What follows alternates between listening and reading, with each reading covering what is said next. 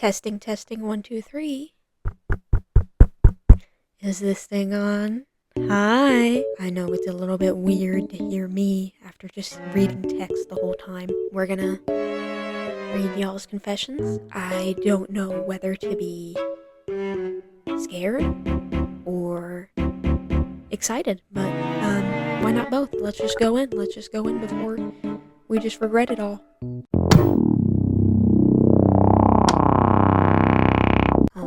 Alrighty. Hold on. Yeah, I know, you hear all the... Listen, this mic is fucking big. Okay. Oh, shit.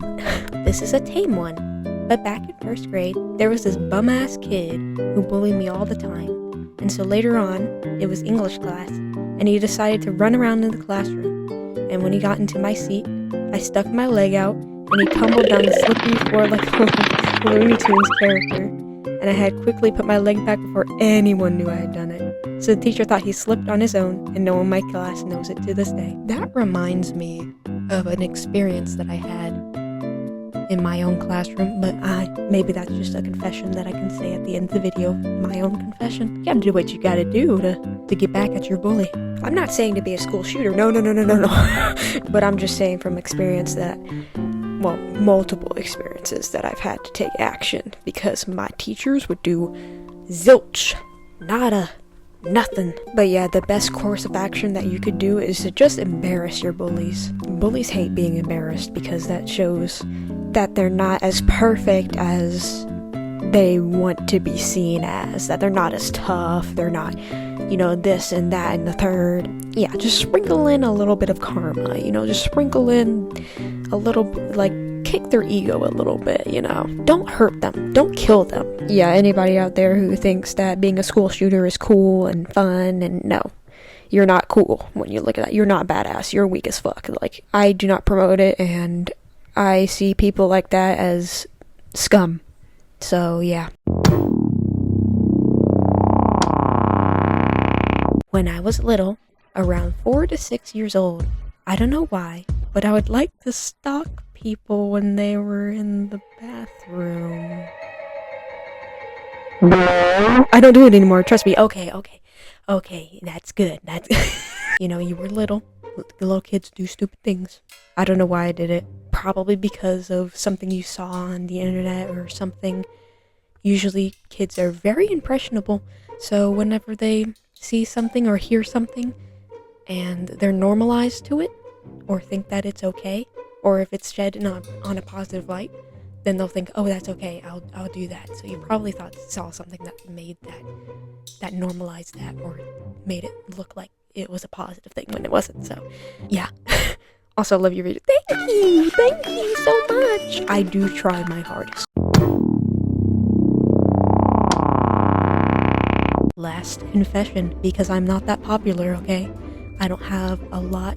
Well, I have a lot of subscribers. I'm not even gonna lie to you. I'm sort of popular, but I'm not famous, if that makes sense. That's how I can explain it. When I was younger, maybe in 3rd grade, I was throwing rocks and digging underneath a play structure.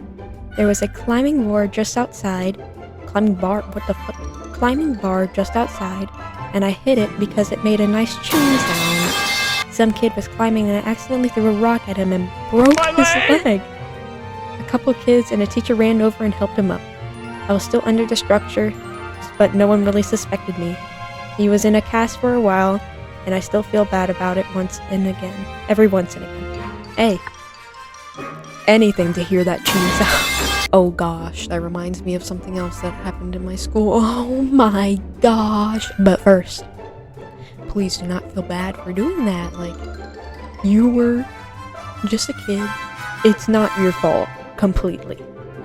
Don't feel so bad, like a crippling bad, where you're like, oh my gosh, I feel so bad, I broke a bone in his body. It's like, no, you didn't mean to. There's a difference between someone meaning to versus someone accidentally doing so. And you were a kid and you just wanted to hear the chewing sound. I don't blame you. I have sensory stuff where I want to hear certain stuff and repeatedly, So I can't blame you for that.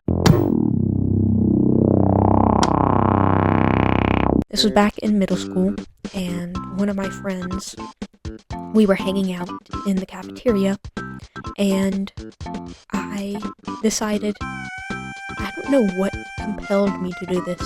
He might have been arguing with me or whatever, but I decided to take my granola bar, my half-eaten granola bar, and throw it on his forehead. And it bounced off like boom. And I was laughing so damn hard that the teachers noticed. I think they saw it though. And they came over and like, oh my gosh, how could you do that? I can't remember exactly what they said, but I got attention, which is expectable. But he got attention as well. And I'm like, what the fuck? What did he do? What did he do? He's the victim here. My second confession is there was this one kid back in elementary school that had a major crush on me, to the point where he was being creepy about it.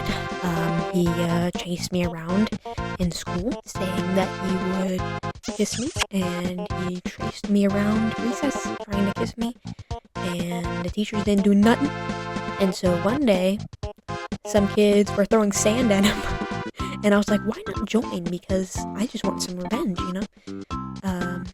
And so we were throwing sand at him, and then sand got into his eye, and I felt so bad, even though he was being a little creepy. I didn't mean to get sand in his eye, and I feel bad about it, but now that I'm grown, I don't care. Like, it sounds mean. I don't feel as strongly as I used to feel about, because I know that it wasn't my fault completely. Yeah, that happened, and I felt bad about it. I kind of feel bad about it, but I know that it's not completely my fault, and that the adults should have stepped in, so. But they didn't, so. But yeah, and thank you for participating, and thank you for watching. Bye-bye!